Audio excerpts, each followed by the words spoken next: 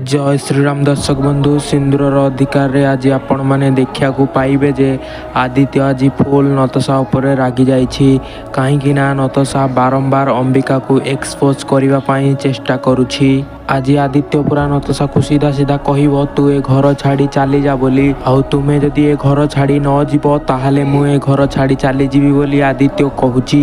हेले दर्शक बंधु नतसा अंबिका को मुक्ति बोली प्रमाणित करिवा पाई सब प्रकार प्लान षडयंत्र करिकी रखिछि हेले तार कौनसी भी चेष्टा एपर्यंत सफल होइनी। आज अंबिकार फिंगरप्रिंट मैच कलानी बोली नतसा पूरा टेंशन हो जाइछि। तो दर्शक बंधु अंबिकार हाथ को देखि से कहब आरे तो आंगुठी तो जली जाइछि तो आंगुठीर स्किन भी नाही एबे मु बुझी पारुछि तो फिंगरप्रिंट काहेकि मैच कलानी मो कथा टिके समस्ते बुझीबा को चेष्टा कर आउ तू ही मुक्ति बोली एडिकी जाई एई कथा मु कहि देबी आउ तोर सबुदिन रही अंबिका नामक मुखा पूरा गायब हो जीव आउ सेतबळे एडी बुझी पारिबो जे किए मिछ आउ किए सत।